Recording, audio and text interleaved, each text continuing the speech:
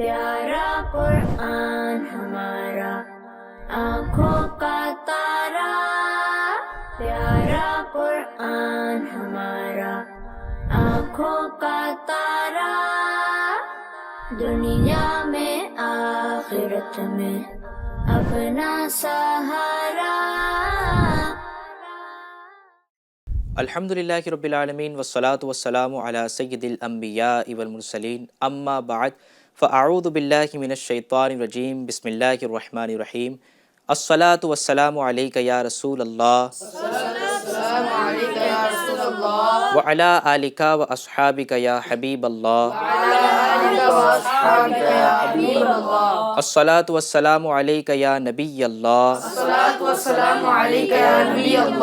وعلی آلک واصحابک یا نور اللہ۔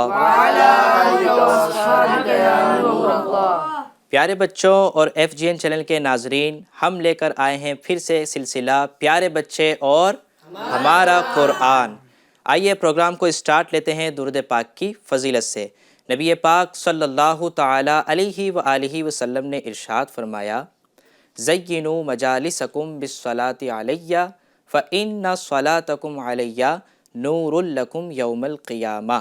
اس حدیث پاک کا ترجمہ یہ ہے کہ تم اپنی مجلسوں کو مجھ پر درود پاک پڑھ کر آراستہ کرو کہ تمہارا مجھ پر درود پاک پڑھنا کل قیامت کے دن تمہارے لیے نور ہوگا۔ صلو علی الحبیب صلی اللہ تعالی علی محمد صلی اللہ علیہ وسلم۔ پیارے بچوں اور ایف جی این چینل پہ سننے والے مدنی منع اور مدنی منیوں، جب بھی ہم فری بیٹھیں یا ایسے ہی کوئی کام نہ ہو تو ہمیں چاہیے کہ ہم درود پاک ضرور پڑھیں۔ ہر وقت ہماری زبان پر درود پاک ہونا چاہیے، کیونکہ درود پاک پڑھنے کے بے شمار فائدے ہیں، دنیا میں بھی فائدے ہیں، آخرت میں بھی اس کے بہت فائدے ہیں۔ درود پاک پڑھنے سے ثواب ملتا ہے، نبی پاک علیہ الصلاۃ والسلام سے محبت میں اضافہ ہوتا ہے، اور بھی بے شمار اس کے فائدے ہیں۔ تو نیت کیجئے کہ جب بھی ہم فری ہوں گے درود پاک ضرور پڑھیں گے۔ آئیے پروگرام کو آگے بڑھاتے ہوئے ہم پروگرام کے پہلے سیگمنٹ کی طرف بڑھتے ہیں۔ پہلے سیگمنٹ کا نام کیا ہے؟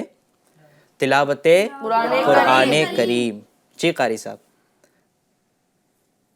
اعوذ باللہ من الشیطان الرجیم، بسم اللہ الرحمن الرحیم،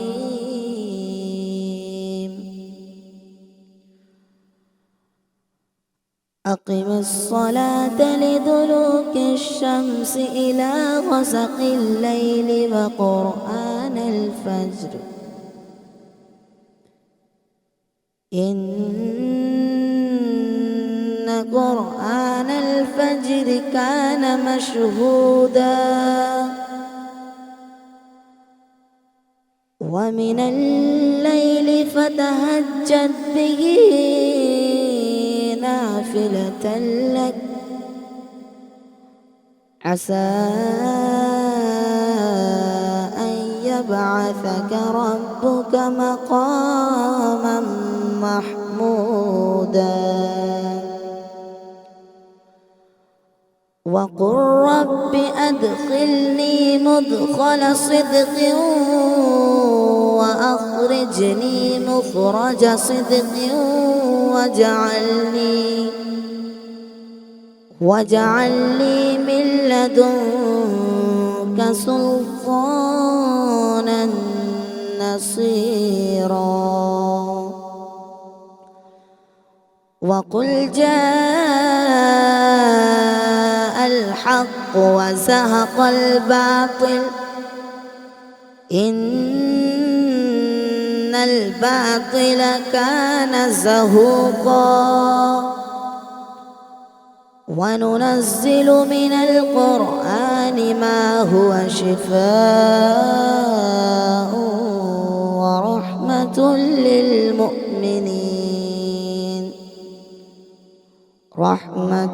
للمؤمنين ولا يزيد الظالمين إلا خسارا. وإذا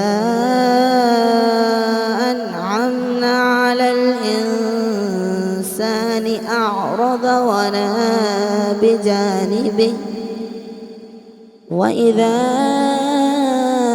مسه الشر كان يئوسا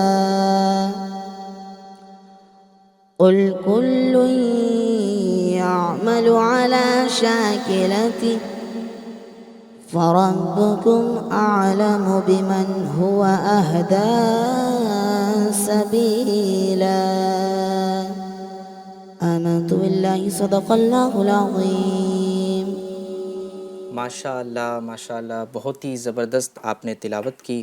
پیارے بچوں اور ایف جی این چینل کے ناظرین، تلاوت قرآن کریم بڑی فضیلت والا کام ہے، اور ہم سب کو بھی چاہیے کہ ہم روزانہ کچھ نہ کچھ تلاوت ضرور کرا کریں. تلاوت سے دلوں کی صفائی ہوتی ہے، تلاوت سے حافظہ بھی مضبوط ہوتا ہے، تو ہمیں روزانہ کچھ نہ کچھ قرآن کریم پڑھنا چاہیے. آئیے اب قرآن پاک کی تلاوت ہو چکی ہے، اب ہم نعت رسول مقبول کی طرف بڑھتے ہیں. آج کون نعت سنائیں گے؟ سورہ توبہ یہ سمجھ کر ہے زمانے جاتے ہیں. ماشاءاللہ، شروع کیجئے. صلی اللہ علیہ یا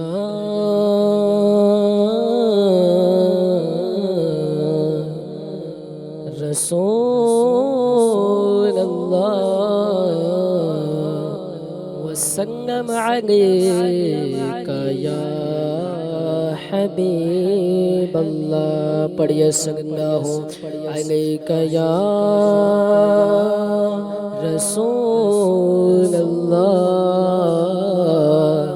وسلم علیک یا حبیب اللہ.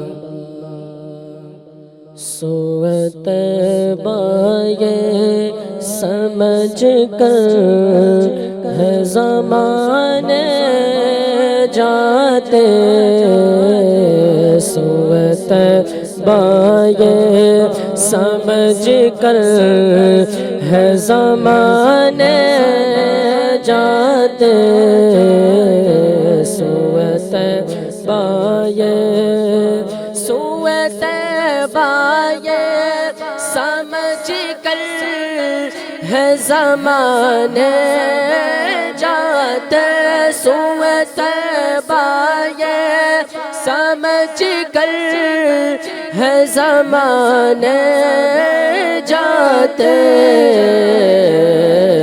یہ وہ روزہ ہے جہاں دل نہیں توڑے جاتے، یہ وہ روزہ ہے جہاں دل نہیں توڑے جاتے. یہ ہے آقا کی عنایت، وہ کرم کرتے ہیں. یہ ہے آقا کی عنایت، وہ کرم کرتے ہیں. ورنہ ہم جیسے کہاں در پہ بلائے جاتے، ورنہ ہم جیسے کہاں در پہ بلائے جاتے.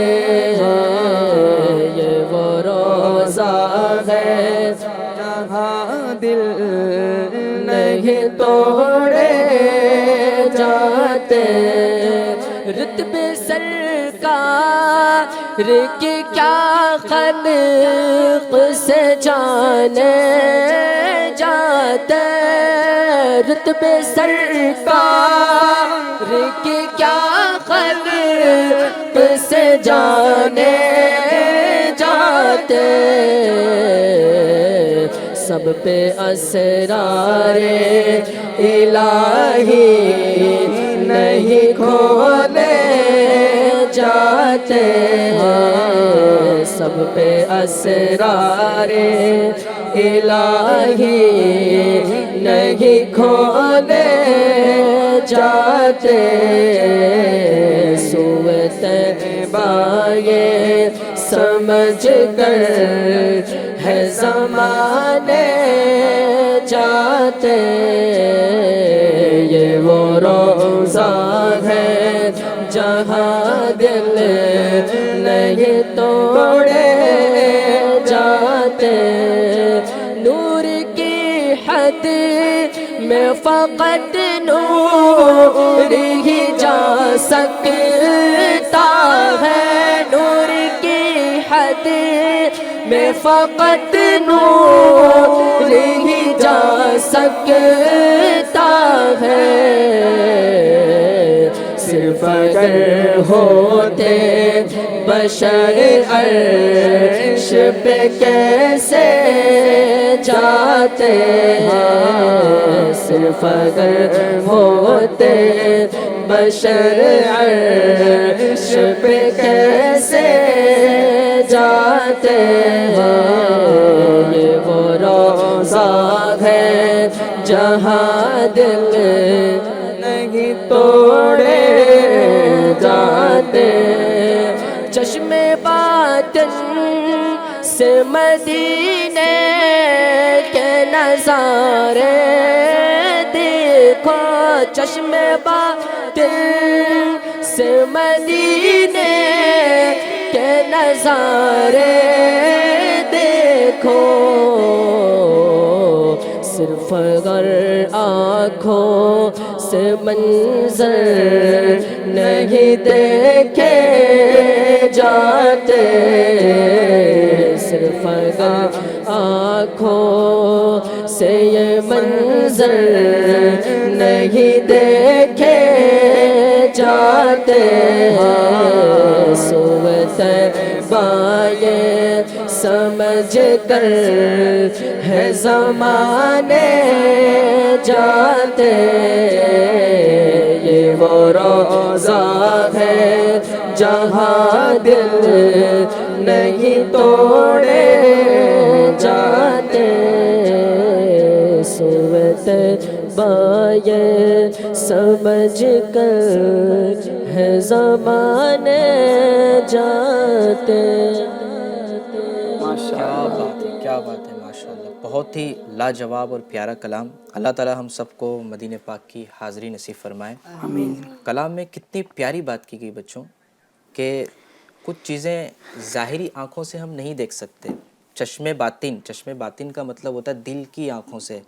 آپ دیکھیے اللہ تعالیٰ ہم سب کو مدینہ جانا نصیب کرے۔ آمین۔ مدینہ پاک میں ہم ظاہری آنکھوں سے تو ہمیں ایک عمارتیں نظر آتی ہے، لیکن ہم دلوں کی آنکھوں سے جب دیکھتے ہیں تو یہ وہ شہر ہے جہاں میرے اور آپ کے پیارے آقا محمد مصطفیٰ صلی اللہ علیہ وسلم رہیں، موجود ہیں، وہاں پر آپ کے قدم شریف وہاں پر پڑے ہیں، تو یہ بہت ہی مبارک جگہ ہیں۔ اگر ہم دل کی آنکھوں سے دیکھیں تو وہاں کی آب و ہوا میں نبی پاک علیہ الصلوۃ والسلام کی خوشبو کو محسوس کر سکتے ہیں۔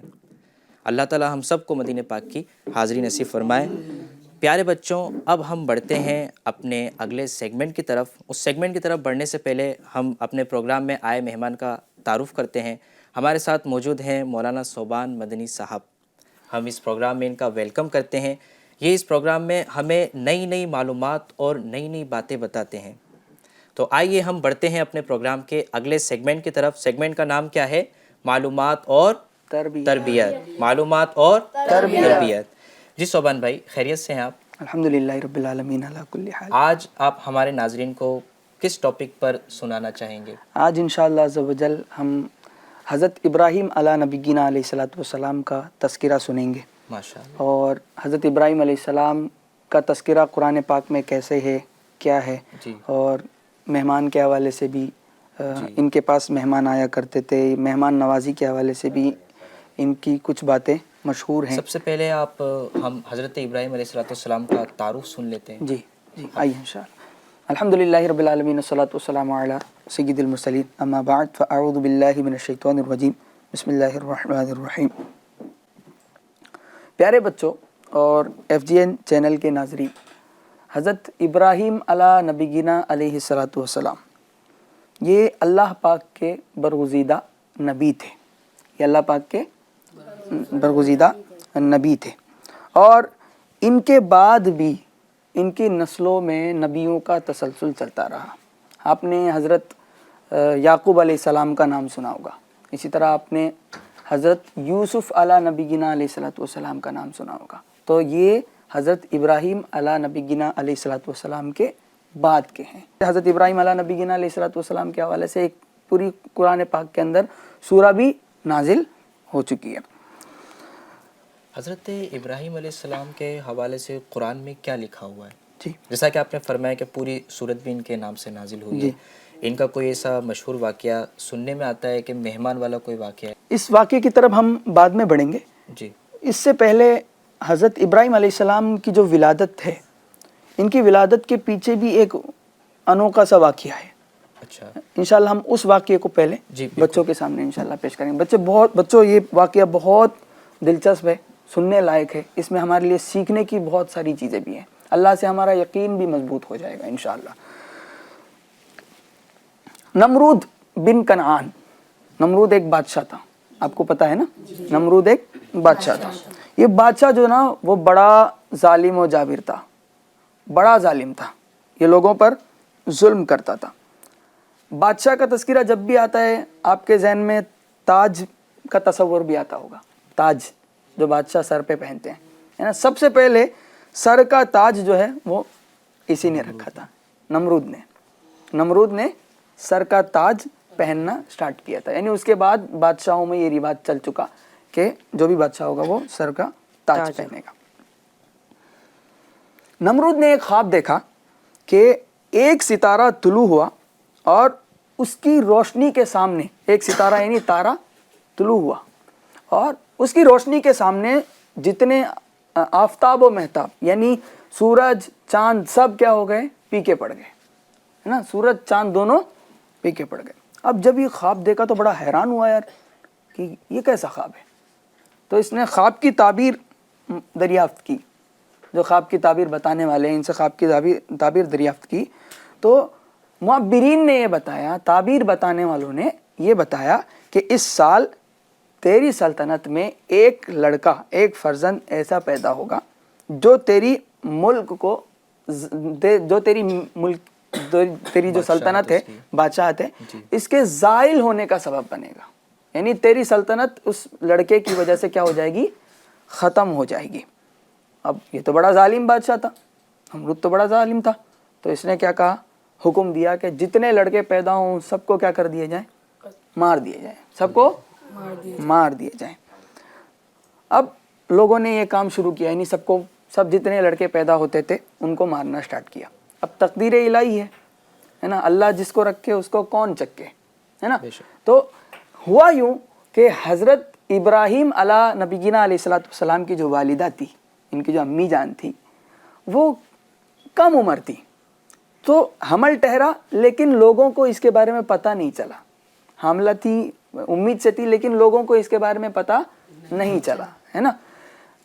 جب ولادت کا وقت قریب آیا تو حضرت ابراہیم علیہ نبینا علیہ الصلوۃ والسلام کے جو والد ماجد تھے، انہوں نے شہر سے دور ایک تہہ خانہ بنایا تھا. وہاں ان کی والدہ چلی گئی. جانے کے بعد وہاں آپ علیہ نبینا علیہ الصلوۃ والسلام کی ولادت ہو گئی.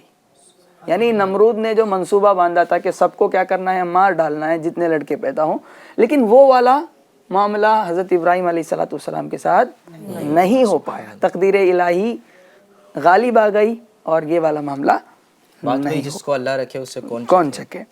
تو آپ علیہ نبینا علیہ الصلوۃ والسلام جو ہے وہ تہہ خانے میں آپ کی ولادت ہوئی. روزانہ آپ کی والدہ ماجدہ تہہ خانے میں جاتی، آپ کو دودھ پلاتی، ہے نا، واپس آتی. لیکن آپ جب جاتی دودھ پلانے کے لیے تو یہ دیکھتی کہ آپ علیہ نبینا علیہ الصلوۃ والسلام اپنی انگلیوں کو چوستے تو اس سے دودھ نکل رہا ہوتا. کیا بات ہے، سبحان اللہ. یعنی اللہ کیسے انتظام کرواتا ہے نا. اللہ کیسے انتظام کرواتا ہے. پہلے تو نمرود کے مارنے سے وہ بچ گئے، پھر اس کے بعد رزق بھی کہاں سے مل رہی ہے؟ انگلی سے مل رہی ہے.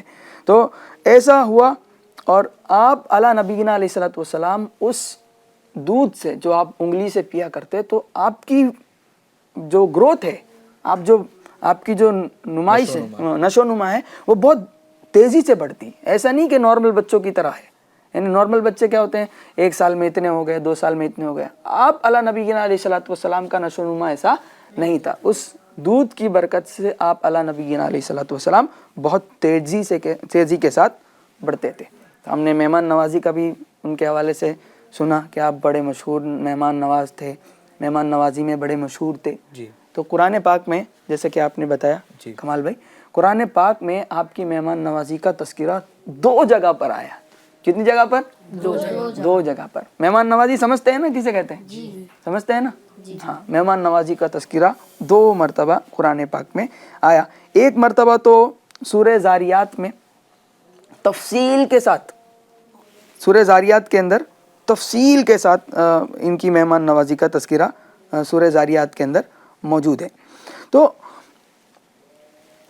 آپ علی نبینا علیہ الصلوۃ والسلام جو ہے اس وقت تک کھانا نہیں کھاتے تھے جب تک کوئی مہمان آپ کے پاس نہیں آتا.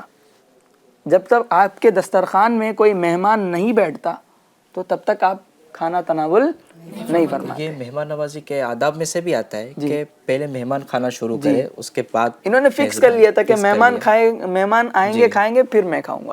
کبھی ایسا ہوتا کہ آپ باہر جاتے کسی مہمان کو ڈھونڈ لے آتے اور ان کے ساتھ بیٹھ کر کھانا کھاتے. تو ایک مرتبہ ہوا یوں کہ ایک جماعت مہمان کی ان کے پاس آئی. پتہ ہے بچوں وہ جماعت کیسی تھی؟ تھوڑی یونیک جماعت تھی. عام مہمانوں کی طرح وہ مہمان نہیں تھے. وہ مہمان کی جو جماعت تھی وہ فرشتوں کی جماعت تھی. کیا بات ہے. حضرت جبریل علیہ السلام بھی اس میں تھے اور ان کے ساتھ 10 یا 12 فرشتے تھے. کتنے تھے؟ 10 یا 12 فرشتے تھے. وہ آئے اور آپ علیہ الصلوۃ والسلام کو انہوں نے پہلے سلام کیا. یہ سلام کرنے کا تذکرہ بھی قرآن میں موجود ہے. اور آپ علی نبینا علیہ الصلوۃ والسلام نے سلام کا جواب بھی دیا. آپ لوگوں نے یہ چیزیں توجہ سے سننا ہے. کچھ سوالات آپ سے کمال بھائی کریں گے، ہے نا؟ ان کا جواب بھی آپ نے دینا ہے کہ اس واقعے سے ہم نے کیا کیا چیزیں سیکھی، ہے نا؟ جی. تو مہمان جو فرشتے تھے انہوں نے سلام کیا. حضرت ابراہیم علیہ السلام نے سلام کا جواب دیا. پھر اس کے بعد میں وہ بغیر اجازت گھر کے اندر فرشتے آ گئے اور حضرت ابراہیم علیہ نبینا علیہ الصلوۃ والسلام نے اندر سے گوشت لایا، بنا ہوا گوشت لایا اور لا کر مہمانوں کے سامنے رکھا اور کہہ دیا کہ آپ کھانا کھانا شروع کر دیں. لیکن مہمانوں نے گوشت کو ہاتھ تک نہیں لگایا. کیوں؟ وہ فرشتے تھے. وہ فرشتے تھے. فرشتوں کی غذا کیا ہے؟ جی کچھ نہیں. فرشتے گوشت وغیرہ یعنی عام لوگوں کی طرح وہ کھانا نہیں کھاتے. تو فرشتوں نے ہاتھ تک نہیں لگایا، کھانا نہیں کھایا. اب جب فرشتوں نے کھانا نہیں کھایا تو حضرت ابراہیم علیہ نبینا علیہ الصلوۃ والسلام کو بڑا تعجب ہوا. اچانک اتنے سارے انوکھے مہمان بھی آئے اور اس زمانے میں رواج بھی تھا کہ اگر کسی دشمن کے گھر جاتے نا تو وہاں کھانا نہیں کھاتے. تو آپ علیہ نبینا علیہ الصلوۃ والسلام کو بڑا ڈر سا ہونے لگ گیا، تعجب سا ہونے لگ گیا. کہیں یہ میرے دشمن تو نہیں، کہیں یہ مجھے تکلیف تو نہیں پہنچائیں گے. ہوتا ہے نا ایسا، اس زمانے میں رواج بھی تھا کہ دشمن آتے تو کھانا نہیں کھاتے، ہے نا. پھر کیا ہوا کہ آپ علیہ نبینا علیہ الصلوۃ والسلام بڑے تعجب میں تھے. تو فرشتوں نے آگے سے کہا کہ خوف نہ کھائیں، ڈرے نہ، خوف نہ کھائیں. ہم آپ کے پاس 2 کاموں کے لیے آئے ہیں. ہم آپ کے پاس 2 کاموں کے لیے آئے ہیں. ہم آپ کو ایک لڑکے کی خوشخبری دینے کے لیے آئے ہیں. ہم آپ کو ایک علم والے لڑکے کی خوشخبری دینے کے لیے آئے ہیں. اور دوسرا یہ کہ ہم آل لوط علیہ نبینا علیہ الصلوۃ والسلام کی قوم پر عذاب نازل کرنے کے لیے آئے ہیں. ہم آپ کے دشمن نہیں ہیں.